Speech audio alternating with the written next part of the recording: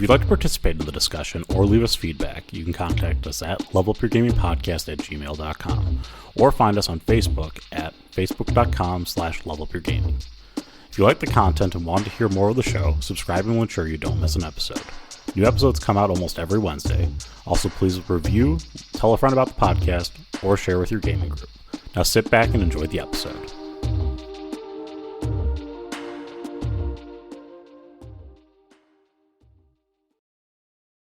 Welcome into Level Up Gaming Podcast. My name is Aaron, and joining me once again, I have Josh. Josh, how are you doing today? Man, I am both digging and loathing the holiday season. How about you? I'm enjoying it quite a bit right now. I mean, it's just, this is going to be the first year in a little bit that I've had even more time off around the holidays. So I'll get like a real chunk of time off, which will be nice to kind of recharge and do get things. A couple of days off. That sounds real nice. Yes. I do appreciate that for you. Yes. Yeah. No. It's been a little rough. Like the wife and I, we went out. We did some shopping. We're trying not to. Like we don't want to, go crazy this year. Kids are getting older. They don't need giant piles of gifts, but my wife likes that. It's a mess out there. Yeah. People are not happy. They're rude. They're grumpy.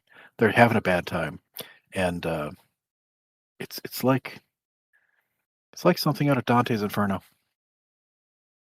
This is your worst transition yet. I know, it's really bad. I wonder if it's going to be as bad as your analogous items in here that you told me about before we started this podcast. But today we're going to be talking about we alluded to this podcast a while ago. We talked about like the game master sins, like your like the things that you really should avoid as a game master. I think we brought one up. I don't remember what it was exactly, but I was like, we have to do a topic on this because it's not that you can't do these things. It's that you just probably shouldn't do them all the time. Any one of these is fine in moderation. I mean, I wouldn't even say they're fine in moderation. There's some things that just make for I wouldn't call it bad GMing. It's more that it's like uninteresting GMing. Yeah.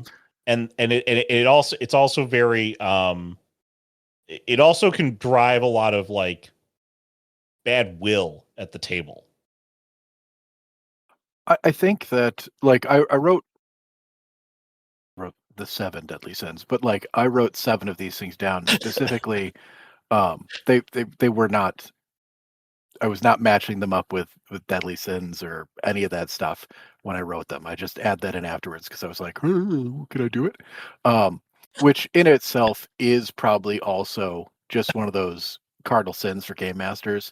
Don't write yourself a story and then just like tack on a hackneyed meaning afterwards. Don't be me, okay, guys. Right now, lesson number 1.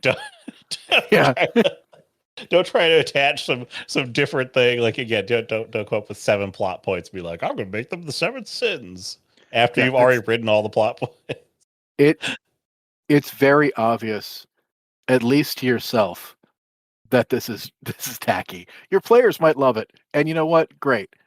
That's good for them, but you're going to feel bad about it, like I do right now. Did you want to start out? I know that you've got a list. I've got a list. Yes, I have a list of them. Let me actually, let's go to your first one, and let me just quickly scan through your others to make sure that I don't have like a duplicate. Oh, so we're duplicating? Okay, that's probably for the best. I appreciate that. The first one that I wrote down was the first one that came to mind when we start doing this, because I know we've mentioned this before. It's don't write a novel for your players to listen to. Sometimes we get an idea and we start fleshing it out and how the story is supposed to go and where the plot points are supposed to be. And it's it's not a little railroady. It is a novel that your players get to follow. It is you should stop writing a game at that point and go write that novel because it's probably a fun story. But a game, a tabletop game that your friends are playing, that your players are involved in, should be a cooperative storytelling experience.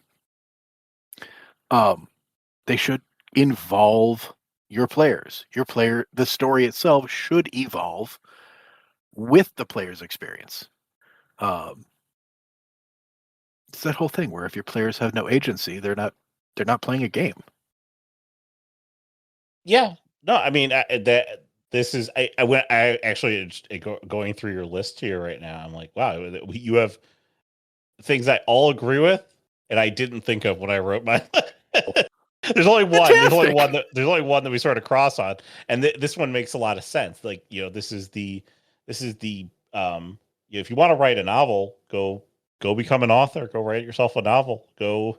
You don't have to worry about your players messing things up for you, because that's what your players are going to do. So Yeah. your players are going to choose a different way to do things than you had originally planned on on doing. So it's really it's in poor taste to write something and then have expect your players to do it exactly as you truly expect. It's railroady. It's very it's just very difficult. It's limiting. It makes it not fun. However, I would like to say that railroads are very terrible for games, but roller coasters are really fun at amusement parks. And what I mean by that is that if you've got like a railroady experience that's short that your yes, players wander that's into. where the railroad works really well, or very very tight constraints work well in short games Yeah, because your players are hopefully in a long game going to grow and evolve and develop motivations that they may never have had when they first started your game. Okay, this is why I dislike backgrounds to an extent, because I don't actually know what I want. I want to test drive the character and then see, what I want to do as the game goes on.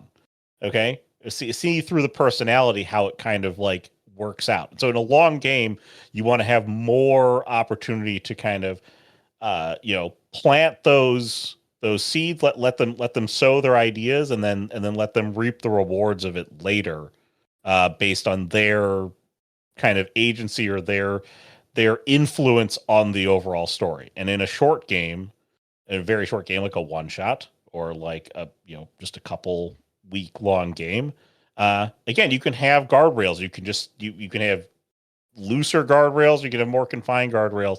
But if you have a really fun experience in a one shot, nobody's going to care, and you don't want to have too many options in a one shot. Otherwise, they don't become one shots anymore. They take weeks and weeks and weeks to complete. yeah, yeah. I think backstories aside, planning aside, it's just important to have good structure that evolves with your players so that they can experience the world and the world can evolve with them. If it's too narrow, it's too simple, you're too structured, it's not a good time. I will echo one of my sins, which I guess is kind of similar to this. I sort of equated to something else you had on the list here, but I'll Okay. bring it up now because it does mirror one of your points here, which is creating only one path to success. This is the same thing. Like by writing a novel, you sort of do that. Okay. And even if you didn't write a novel, if you hadn't thought about more ways or more, you're so rigid that you can't let people do what they want to do. Only one path to success is just It's brutal because your players, if they can't think of the thing, they'll never think like you do. If they can't think No. of the thing you're thinking of, they're just going to be mad, and you're going to be mad that they can't figure it out. Mm. So yeah, I wrote basically the same thing here. I understand where you're coming from. I wrote getting mad when players won't follow the path that you want them to. Yes. Yeah. And I've seen this uh from different game masters in the past, where they've written what they think is, a good mystery, and they've got a lot of setup and they've got a lot of backstory. Um, but when players approach it from the wrong direction, where they're going to miss something that they've written, they get cranky about it. And you know me, I over prepare. I write, a dozen different storylines, and players pick one, and that's the one I focus on. And I think the big thing I do there is, of course, you don't flesh out the like ones that your players might not get to. You outline it and you give some options. And if there's things in that, I know you've talked about this, Aaron. We've talked about this together. If there's things that you really enjoy and your players don't go that way, well, they weren't there in the first place. They are somewhere ahead of your players, and they're going to enjoy them later no matter what they feel like. There's no reason to get mad at your players for coming up with a different solution, for coming up with a different path. And like, you are building the world. It doesn't need to have been built. It can be built in front of them, and they still don't know the difference. So Until they see your notes and until they see behind the GM wall, your players just don't know. Okay. And this is where yes, and which we talked about before, and just all of that sort of improvisation and like the necessary amount of prep that you need to have for a game come into play, because knowing it's better to know story beats that you'd like the players to hit and fitting those into the path that they've chosen than it is to create a path in order for them to hit the story beats. Okay? Because again, they don't know what's where. And you might need to pivot and yes, and your way into they're not seeing how to get this piece of information. And now I need to tell them, hey, this guy also happens to know the information because he's the one that you're so fixated on, and I need to relay this piece of information to you. It's pretty important, and like you're not going to move forward in the story if you don't have the piece of information.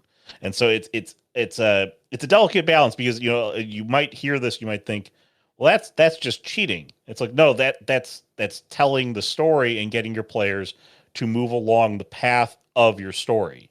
So like, it's not without friction. It's like the right amount of friction in your game is basically what I'm trying to like highlight there. But again, it's also being able to understand that your players have chosen a different path.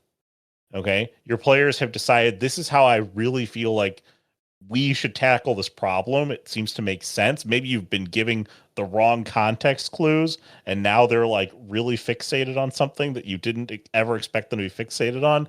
So now you have to roll with that. You have to go, okay, well, they believe this is something, or they're really interested in it because for some reason my players are curious about it. I better make it something that is going to be interesting, or I better give it enough depth that like they feel rewarded for having pursued the idea, but then it sort of like you can push back and say like, okay, there's nothing else here, but you did get something out of it. Okay, they're like, it's rewarding the curiosity to explore in your game, and it also gives you an opportunity to expand your game so much more.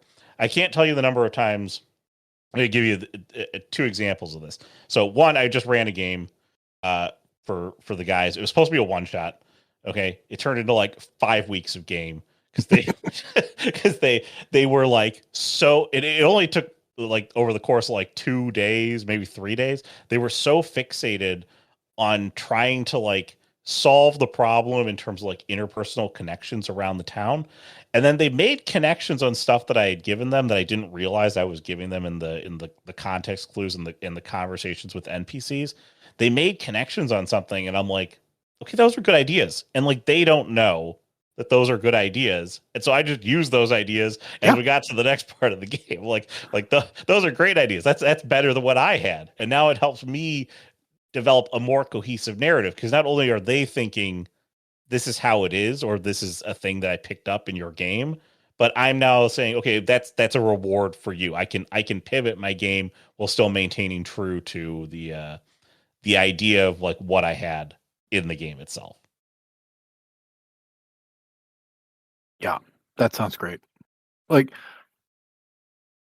it's about understanding that your players are there to have a good time.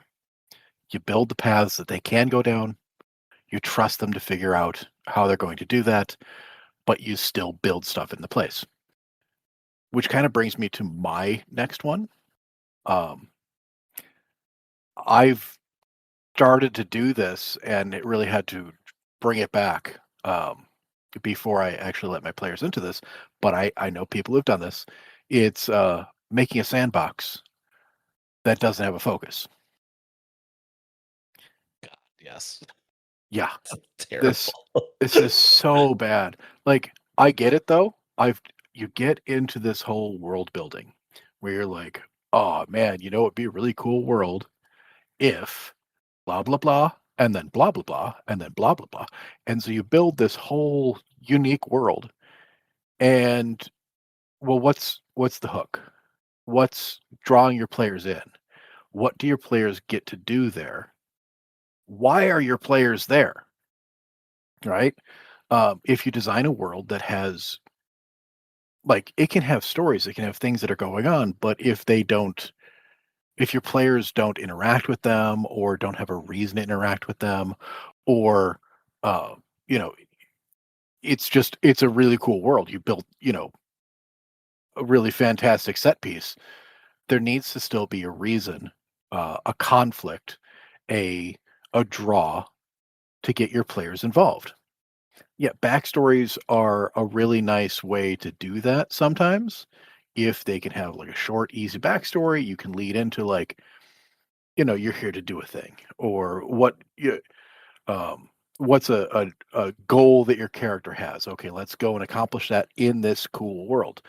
But you should probably still have some hooks, some stories like pre-baked into the world, even if the players want to go off and wander into the oblivion and just explore the world. Great, still have some things they can do when they tire of that, or when they run into something, so that they can be like, oh, I wandered into something and that thing is cool, right? Yeah, again, so I feel like this is like the middle section of my gaming history here, was sandboxes that had no focus. Mm, I, like after doing some like pretty hard stories that were all fairly direct, uh Jared got into like this whole thing where like he kept telling these sandboxes that had no focus, and the reason why is that he was doing games, one-on-one games with our friend Nick, and Nick was very driven to create his own stories, or his own goals within the world that existed. And then so all Jared had to do was put roadblocks in front of him periodically to make those things feel good for Nick. But the thing that he hadn't realized at the time was that there are two extremes in players. They're the players that are completely self-driven, and they will do their own thing and figure out their own thing, and they need almost no story to make that happen. And there are players who can't do anything in your game until you tell them you're going to go from point A to point B. Okay. And there are people who are, then that's the spectrum. There are people all the way in between there. Okay. And most players fall somewhere in the middle, where they want to to hear the beats of the story and follow the story, but they also have their own motivations, and they want to do those as the game progresses and allows. And so in a sandbox game, if you don't have a story, you don't have something that's connecting things and something for people to sink their teeth into, the people who need the story and need to be told where to go are lost, and they just suffer in that game. And the people who are super focused and know exactly what they want to do, they're making themselves the king of the world in that game. And like, if you've built this beautiful world, you've built this beautiful sandbox for them to play in, it's beautiful. What's the like? It's only bright because you see the dark, you've experienced the dark. There's only like beauty in these places when there's corruption or there's something wrong.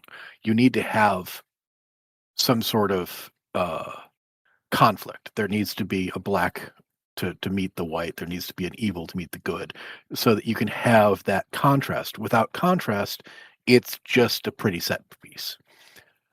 Build that in and give your players something to do. Yeah, no, I completely agree with this one here. I'm going to say one that's similar, but not the same. And this is making unattainable goals or wins in your game. Oh yeah, that sucks. Uh, all too often I see GMs or I've played under GMs where you have the roadblocks that are part of your story. You can't actually overcome them. They're either it's the ultimate too powerful being of too powerfulness, or perhaps you were not the ones who were meant to stop this being, and instead you're just the at the bottom of the boot this entire story as you sort of just suffer at the hands of like whoever this is. And so like oftentimes this also arises in that you haven't thought of how to achieve the goal. Okay, you know that you want your players to do X, but you don't have any concept of how to let them get there or like what it would take to do it. And so you are maybe over improvising, and now you're not giving the players anything because you don't want to let them get to the goal. Yeah, I've seen this with the one we talked about before about getting mad with your players not following your path, where a game master might throw up a roadblock because you're not following the path he wants. They want, and so they make this insane roadblock that you couldn't possibly overcome, which, as any game master worth their salt knows, is just going to entice your players to come up with even more ridiculous ways to get past that. That is an escalation war that nobody ever wins. That ends games. So like, it's putting up roadblocks that can't be overcome, putting up goals you can't achieve, is not good storytelling. If you have setbacks that then can be overcome later, that's one thing. You throw up the roadblock. Oh, big badass of awesomedom is coming after us, and he smites down whole villages by fluttering his eyelashes. Maybe we should run away and gather our resources. We know a guy in another town that might be able to help us. Okay, you've now given them a way to avoid this, but it's going to take a while. There's a quest to overcome this thing. You have to give your players the option. There needs to be, if you're going to escalate to the point of ridiculousness, your players are going to find a way there anyway. You should accept that. Yeah. Again, your players will try to find a way. I thought of an analogy in here, which is that like you're sort of your perfect intersection here is that you want it to be difficult yet like obtainable, and it's like a supply and demand curve, and it's like right where it meets there, like that perfect point. I would even like that's the point of like the highest enjoyment, but like there's a spot below there that is perfectly acceptable to sit in. You know, you're not Well, yeah, I mean, too again, because you difficult, could you're sit not all too over support. the. Yeah, it's wonderful. It's one of those like you should go above the line for a little bit to make your players feel like, oh my God, we're gonna die here. And then you drop below the point like, oh man, we've gotten really powerful. We're doing great. And then you hit that point. Oh, you're good times. Yep. Yeah. Exactly. Yeah, you play with it. You know, you got to bounce around, but you can't go completely out of the zone. That sounds like a sports analogy. I'm not going to do that anymore. Um, let's see. What else do I have in here? I've got a couple that are less about the way that you tell your stories and more about dealing with your players. And I'd like to start with the first one because this is one that I saw years ago, and it turned me off of gaming for a while, and I had to bring it back on my own, find new gaming groups, sort of like rebuild the whole thing for a while. And it's very much don't bring your personal baggage into your stories. Okay. Yes. A- a- And like that's a huge thing where people have, personal drama. They've got their lives. There's one of those adages about writing is write what you know. And that's a great idea because you are familiar with the subject, you are experienced in it, and you can draw some of that experience into your stories, but you have to separate your story from your life.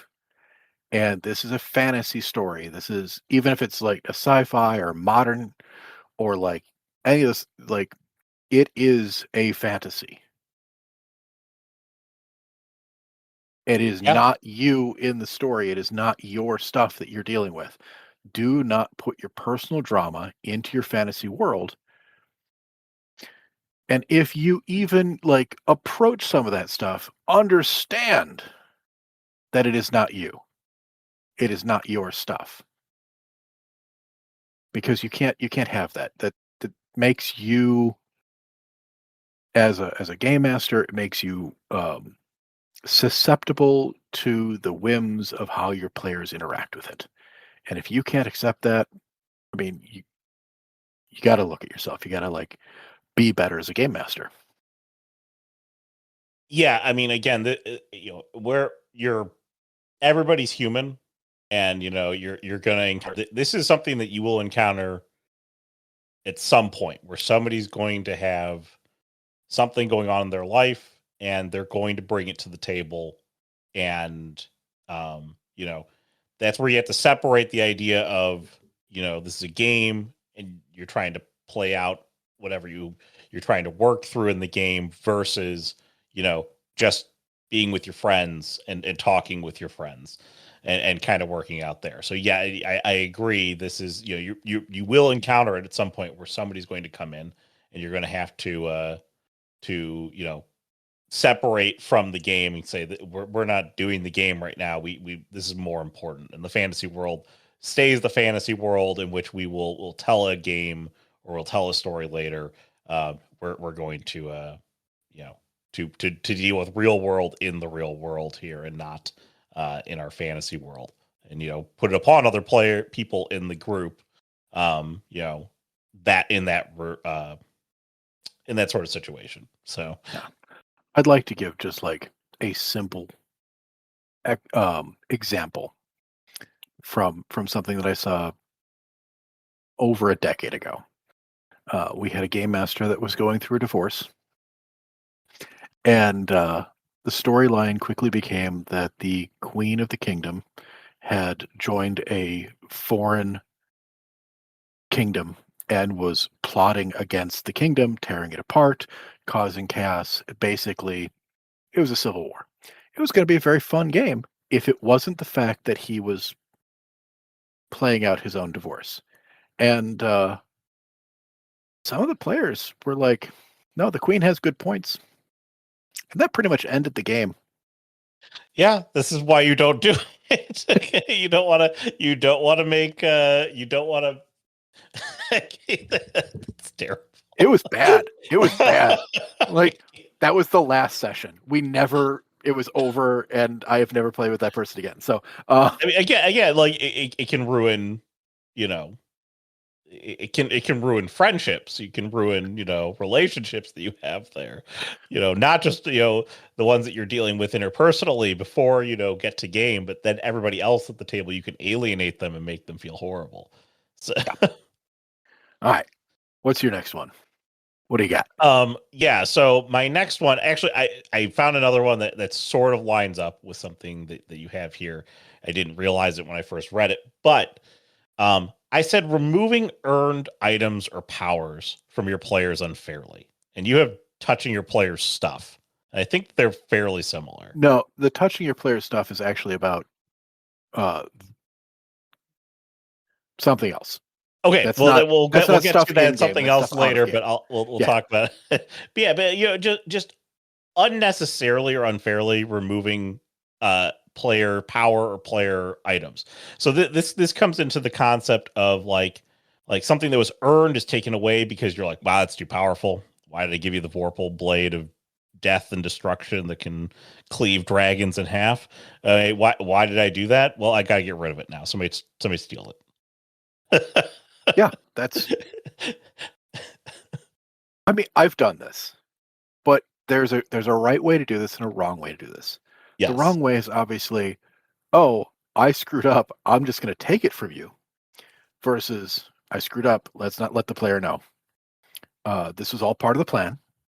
Okay, how can we make it so that the player wants to give it up in a way that feels earned? Yes. You need to be creative because the player has to relinquish the item. Yeah, Okay. You can't just be like Larry from down the street steals your sword and runs away. And he's too fast. He runs away. He gets out of there. You never see that sword again. no, that's a bad way to do it. But if you um, like every time the player uses its cool item, have them roll something, and then oh, and you feel the darkness creeping in, and all your compatriots see, veins crawling up your neck, and now you've got to oh, it's not just a badass sort of awesomeness, it's taking over my character. Maybe I need to break a curse. Maybe I got to figure out a thing. And you break the curse on the item, and it's less powerful. Gets you into that spot where it's okay. They still have the item. It still does some of the things, but not at the level that was ridiculous. So, okay, I've earned this thing now. I feel good about what I got, rather than I just don't get to keep it. You're just going to do that. Like, you give me the cool thing, you take it away. You fell asleep. You didn't keep it under lock and key. Somebody just walked in there and took it away. Yeah. You wake up in the morning and you go I to know swing your somebody's sword. hearing me say that, and they're like, I've I'll definitely never done forget 19. You wake up in the morning, go to swing your sword, and it pops up with a little message says, "Your subscription has run out. Please insert $29.99 in order to continue using the Vorpal blade of slicing dragons in half." You're like, well, I'm not using this again. Yeah. Somebody out there is cursing at this podcast going, 2024, that We've all done summer it. night. You make a custom item, and the first couple of times you make it, even if you've done it for years, even if you've done it for decades, you will make a custom item for a player because they suggested a thing, and it will be slightly off. You have made the most minor mistake on the item, or it interacts with other items they already Or have power. I mean, it's the same thing. in a ridiculous way, and it's just well, they can't have that. Now I've got to do something. So every time, every time. You had brought up touching your player's stuff. What I meant by that was actually very similar to bringing baggage into your story. In Don't bring your player's baggage in as a way to torment them. Torment the characters, not the players. Yes. Um, Don't be cruel to your friend. Yeah, like, okay, this is definitely one that I wrote specifically about me as a game master, because I have very specifically used my own players' personal issues to give like stories a little bit more oomph. This was way back when I first started doing this. I was trying to find interesting ways to get my players, to be motivated. And so I touched their quote unquote stuff. This is the touching people's stuff is something that I learned from my wife, who is a social worker, and she talks Mhm. about, everybody's got their own stuff, and she means like their baggage. Don't touch their stuff. That's why I wrote it that way. Not items in games, but Got it. Got it. I saw stuff and I was like, okay, got it. Stuff. yeah. Um, it's one of those like I know some people get all belligerent about trigger warnings and such. I think that they're useful, but in a way that you should understand what your players like, what's okay to talk about, what's okay to be in a story, and what isn't okay to be in a story before you get to that point. You shouldn't be like, trigger warning for this session. We're going to do all sorts of nasty stuff that you're going to hate. It should be, that sort of session zero, like, um, I want to write a gritty story that's going to touch on a bunch of things. What are you uncomfortable with? What don't you want to have in a story? Okay, I'll work around that. Yes, you're trying to avoid um you a good planning session can help alleviate that problem down the line. Oh And my I want to say God. this is a little bit Yes. because what's interesting too that you brought up here is this is also different from because like I feel like this part of it's fully in play. Understanding like your players' tendencies, meaning like they like to be the hero, or they like to, or they will jump in and defend someone because that's kind of like a quirk of your friend, and that that's like what they would do. Like that's okay. That's fair game because that's they're going to portray that through their character, Hmm. whether you want them to or not. I don't care if they what archetype they play. They're going to portray all of that stuff through their character. So putting those situations out there can motivate your friends to act on things in your story. That's different than taking personal stories. Yeah. Like, you don't like, if you have that guy in your game who's going through divorce, don't make that a plot point in your game, No. because that's just going to make people uncomfortable. It's a Yes. bad time. Um,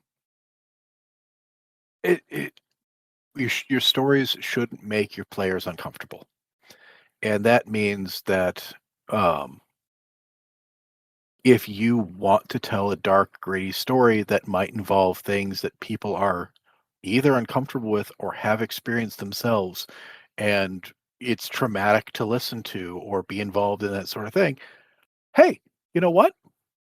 Why don't you just don't do that? Yeah. Yeah. That's right. Exactly. Probably shouldn't do Just that. don't do that. There's plenty of other stories. You could tell a light-hearted fantasy story that doesn't involve anything dark and or gritty. You don't have to be an edgelord. This is it doesn't make your stories better. Do you have others that are of this same vein where it's like outside stuff coming in, kind of like the baggage in your own story, touching your player's stuff, or are the other There's ones one gameplay more. related? Okay, let's One let's more. stick on that vein before I bring us Yeah. all back into gameplay. The last one is of the bringing outside stuff in is not giving preferential treatment. Yeah, this Okay. this really This goes is without saying. basically the opposite of the last one.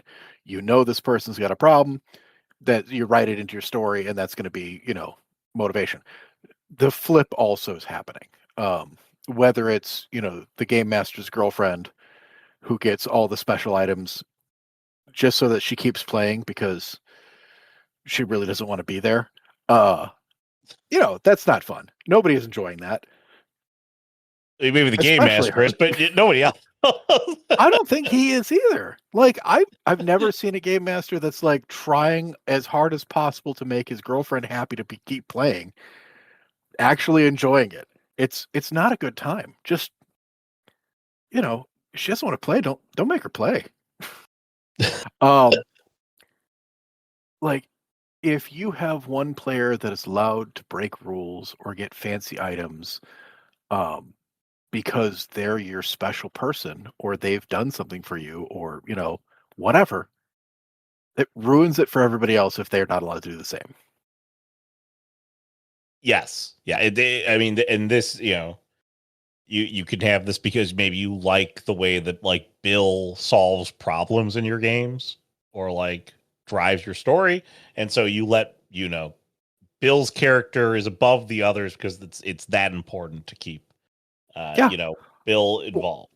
Or if like Bill writes the best backstories, so those are the only stories that you work on. You don't play other people's stories because you don't like somebody else's stories. Mhm. They're not as interesting. You like Bill's. Bill gives you the good stuff when it comes to, writing prompts. Don't. You got to give everybody their due. Everybody has to have their moment under the spotlight in your game. Okay. Yeah. It's very, very important that like, and it gets harder when you have more than two people, even more than three people. Like if you're playing a table of 7, you're probably gonna have a lot of overlapping skill sets and stuff at that And table. motivations and Motivations, yeah, they're very, very similar, but it's really important that you find a way to make each person at the table have a unique moment within your game that elevates them above the rest of the players in that moment. but Okay, not for the game. not for the game. It is to highlight the importance to the group, that and this was done for you because I want every one of my players to experience a moment within the game that makes them a hero or makes them important in the moment and that they can rise above and help the group. Yeah. There is one caveat to this rule. You absolutely should give preferential treatment to the player that brought snacks for that session. Okay, yeah. If they slip you a 20, I mean, you're not gonna.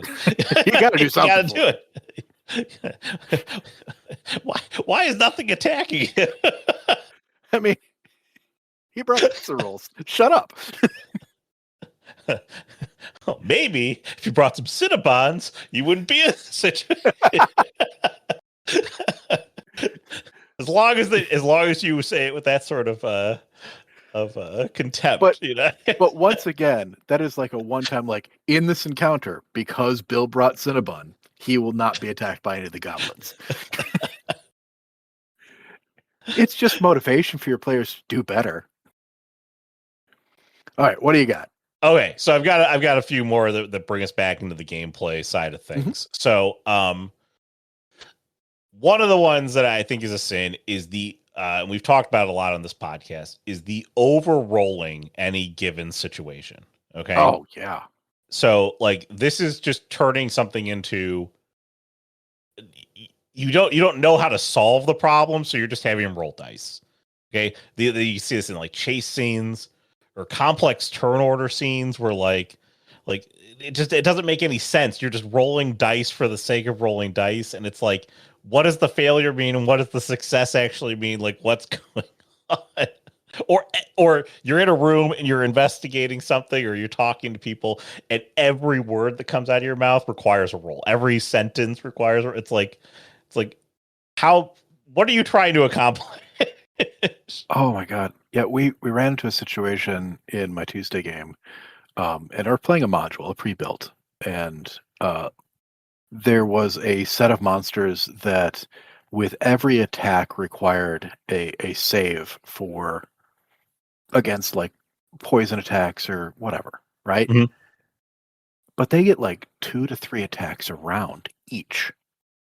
I'm not having a player roll 3 times for every round, for every turn in a round.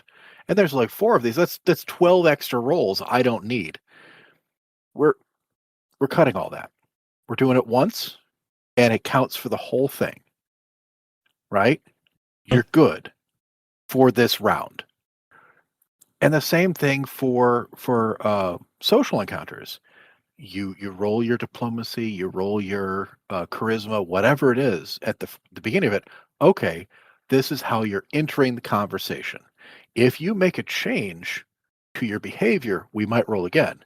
But you are sitting at this level, starting this conversation, and that's a good place to be. Yeah. You still have the roll, so they still feel like their stats matter and that their role matters, but you're not introducing opportunities for them to fail just to introduce opportunities to fail. That's effectively all you're doing when you overroll. Also, it becomes like, why am I rolling the nth time to chase someone? Like, do you know how you want us to Oh, close the gap? chase sequences are the worst. They should be very much like, what's your speed? What's their speed? Okay, roll some athletics, or you want to do some weird stuff, acrobatics. Okay, we'll lay some numbers out, and then I'm going to describe the chase for you, and we're going to have a couple of breakpoints during the chase where you can decide if you want to change your strategy. If it's a unique strategy, then we'll do some specific rolls. Otherwise, we're going to go with these numbers. The numbers you roll, you can roll them once, Mhm. and that can be deterministic. And if they're, you have those breakpoints, because if they're rolled bad, they get an opportunity to come up with a better way to do something at the breakpoint to get another chance. But if it's working, don't make them roll again for the thing that's already working. Yeah. Right? It's just introducing, like I said, a point of failure, and your players are there to have a good time. You're there not just to provide them with a good time, but have a good time yourself. Yes. And you shouldn't be enjoying making your players have a bad time.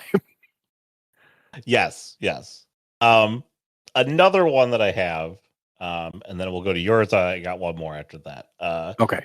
Is the misuse of fate and destiny in your game.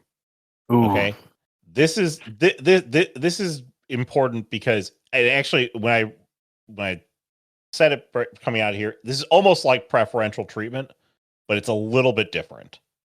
Okay, and that is that you could say one of your players is fated to do something or destined to do something, and that's weird.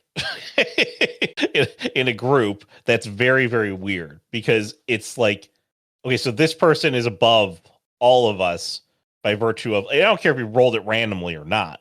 Okay, it's gonna piss people off. Or um you are fated to do XYZ, and therefore all of your other actions don't matter. Yeah. And No, so I it's yeah, I it, hate it's that the like the fates aligned and this is the chosen one, or this is the it works great in a movie, in a book, because there's no opportunity for them to fail. You've planned out that whole novel, you've planned out that whole movie. There's no dice to roll. You've written the story. It's a novel. yes. Um, However, you can still use that as long as their fate is to bring together the people that will solve this thing. That's their fate. That's their Yes, destiny. there's good fate and there's bad fate. Okay. Yeah. You can create a fate that is um like, we didn't say you were actually gonna accomplish what you were gonna accomplish. We just said that you were. Or you can go there's always uh the vague fate, Mhm. where it's, according to the lore, the scriptures, the ancient texts, a person with these features will come at this time and be in this place. And guess what? It applies to half the party. Yes. So it's who is it? Who was it? And then you find out later on that some old kook wrote it, and he misinterpreted what it said. It was actually a Oh yeah. party of 12 that showed up. And all of that is so much more fun because it's one of those, like, the vague mystery. You're trying to piece it together. You're trying to find the information. You've got a quest right there just to find out what the fate means, what the ancient scriptures are supposed to tell you. And yeah, that's much more interesting than, well, I like Jessica in this game, so she's going to be the fated one, and if she dies, the game is over. Yeah, so like something you can do is to say that your players are destined for greatness, but not specify what that destiny is. They could die great, wonderfully ways. Okay. It's just that they have great destinies. Okay. And let them write those destinies. Mhm. Okay. That is sort of the epic that is your story. It also that can apply to fate, that you're fated to do great things. What would those be? I don't know. You might do some great things and then die. Okay, it's how it works. Okay, fate. It's a fickle mistress. So, Yeah. Um, yeah, I use this. I use the one where the player was um, chosen by their god to do a very specific task, and their specific task was to um, assemble the party so that it could go and do these fantastic things.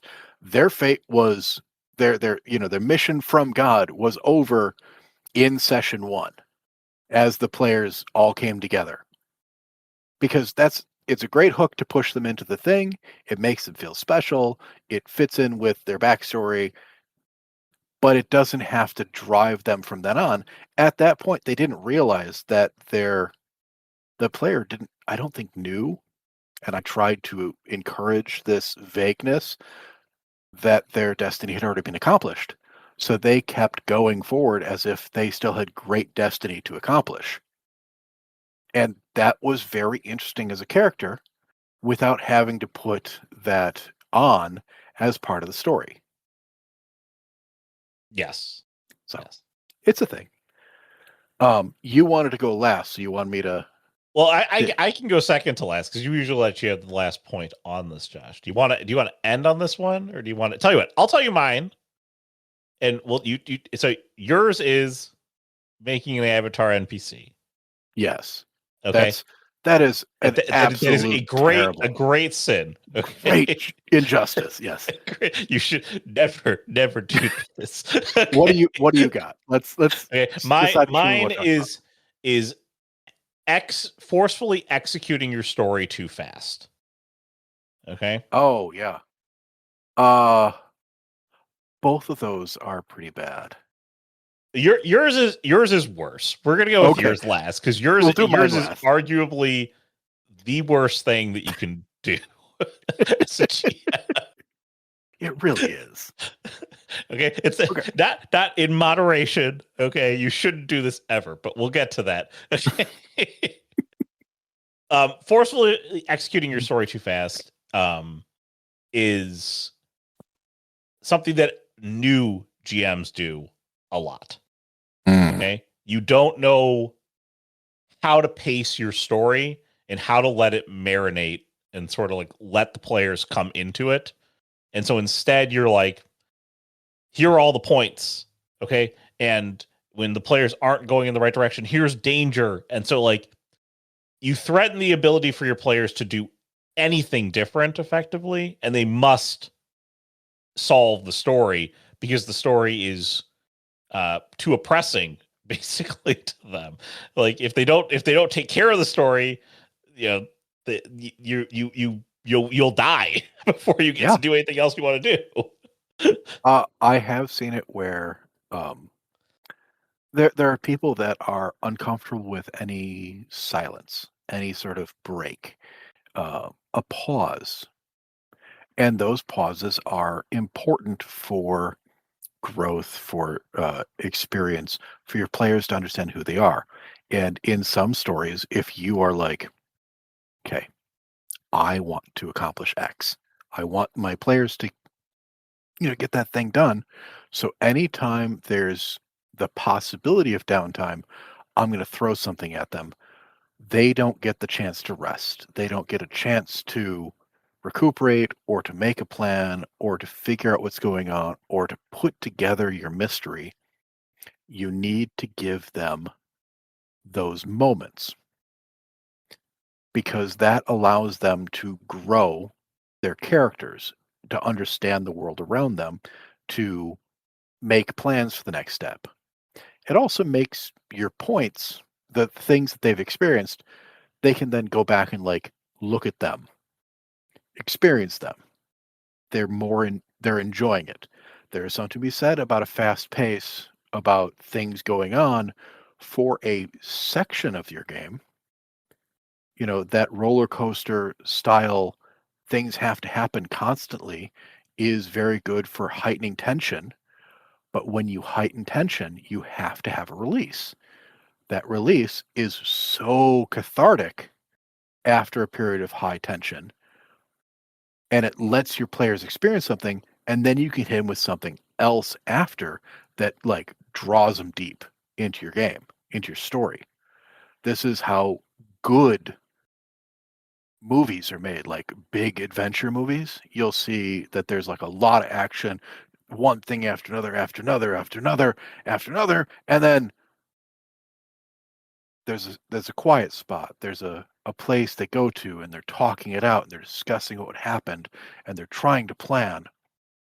And then they realize something and then somebody calls in. It's you have to give them the break. The break makes your tension work. Yes, it can't always be go go go go go. And again, if you do that, and I've done this before in the past a lot, okay, your players will do everything in their power to solve the problem that's putting the tension on the players. Mm-hmm. Okay, but they won't enjoy it. Yeah, they won't enjoy it, but they'll do it because they know if they don't do it, that tension will never let up. Yeah, it's absolutely. Learn Let's pacing. talk about the greatest sin, Josh.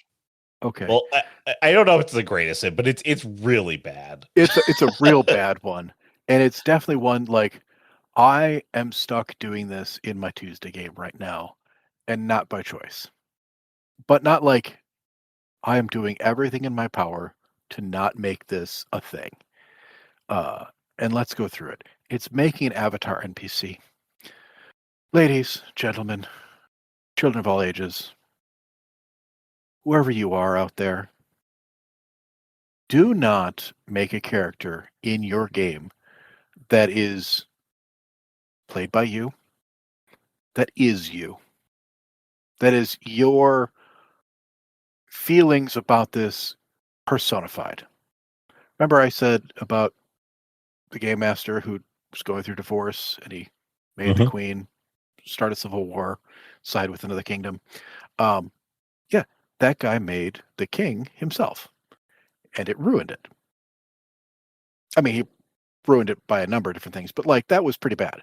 I know people have put like a super powerful wizard in the game, and it's very obviously themselves or their version of themselves.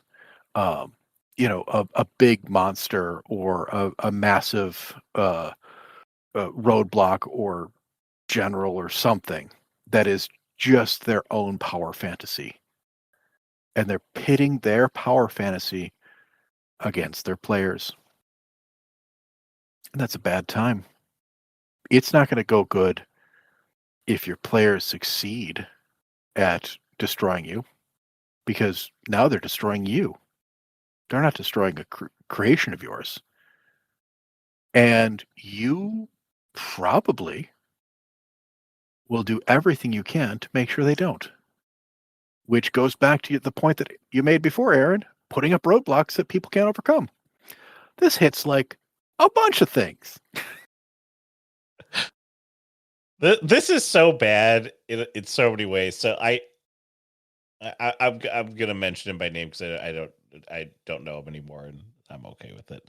So, Fantastic. Let's air it yeah. out. So we used to play in a game, and the GM or the mostly GM, I guess it was rotated with Jared, and this guy's his name is Jesse, and he would constantly play a character in a game that he was GMing constantly. This is bad for so many reasons. Number one, it's bad because you know the story, and now you're playing a character in your own story. And so this character has knowledge that none of the other characters have. They have powers that none of the other characters have. Because you know who's going to tell them no? You're the GM. Yeah, that's basically the whole railroad thing where you've already written the story, so you're going to follow the story beats that you want to see in the direction you want. That's the first one we talked about as being a problem.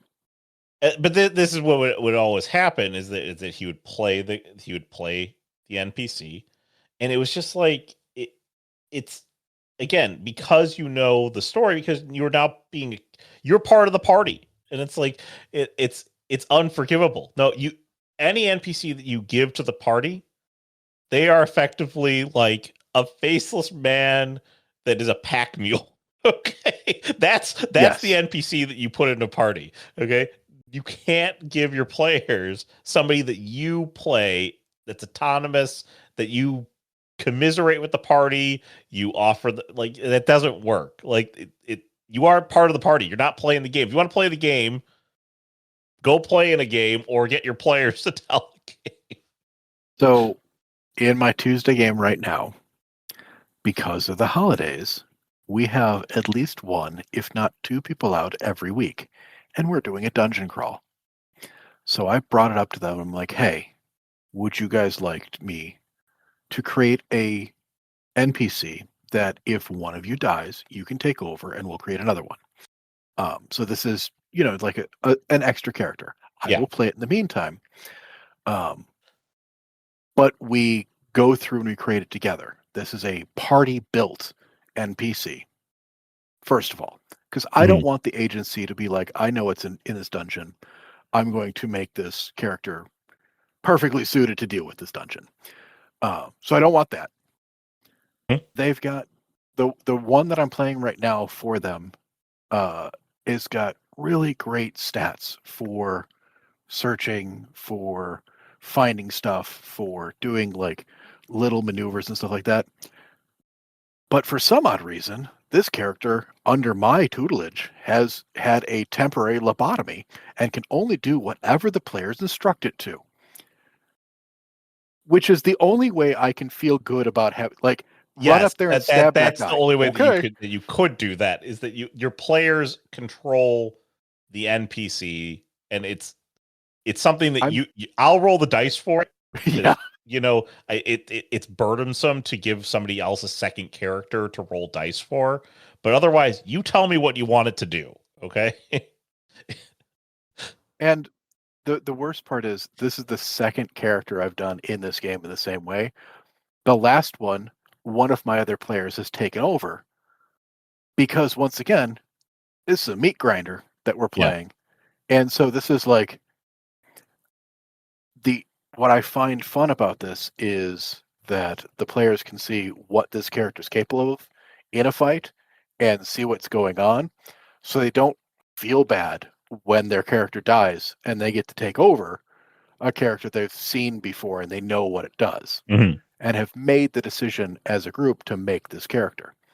And then they get to make a new one altogether. So there you go. Yeah, that's the only way you're going to do this. If you are making a power fantasy character, you are hitting on all the things we've already talked about, and you're like combining it into a single glowing ball of stop doing that. Yes, this is really bad. It's a bad thing. Again, a lot of these are bad things that you just don't want to do, and like that's why we're talking about the Game Master sins. Josh, do you have anything else you want to add to this podcast? We've been talking for quite a while. Oh yeah, we have. Like, I think we went over for any of the ones that you could possibly do in moderation. We did. We talked about ways to do that. And I know I said at the beginning, oh, you can probably do most of these with moderation. No, there's some of these just don't. If we didn't give you a way to do it in moderation, don't. Yeah. Okay. Again, if you've been game storytelling long enough, you've probably done some of these things, or you must have done some of these things. They're very common mistakes that people make while storytelling. Write a story your people are going to enjoy. Write one that they have agency in. Give it to them at a decent pace. Don't put up barriers that they can't overcome. Always give them the option to. Don't bring things in from the outside, from outside the game, and that involves your own personal life, the player's personal life, your favoritism, your anger, any of that stuff. Let your players decide where you're going to go. And if you have to create a character for your players that you're going to control, it should be their choice. It should be their agency. And you're just tracking it because it's a bunch of extra things for them to hold on to. Yeah. Sounds good. Yeah. So that's going to wrap us up for the week. If you have thoughts on your own Game Master sins, maybe we didn't cover one that you're like, this is one of the biggest ones, let us know. levelupyourgamingpodcast@gmail.com or facebook.com/levelupyourgaming. You could also find us on YouTube if that's a listening medium that you prefer. You can leave a comment there, smash the like button, subscribe. Otherwise, we're on all the podcasting sites, so subscribe there. Review the podcast, recommend it to a friend, all those good things. And that'll wrap us up for the week. So for Josh, I'm Aaron. Have a good week, everyone. Bye.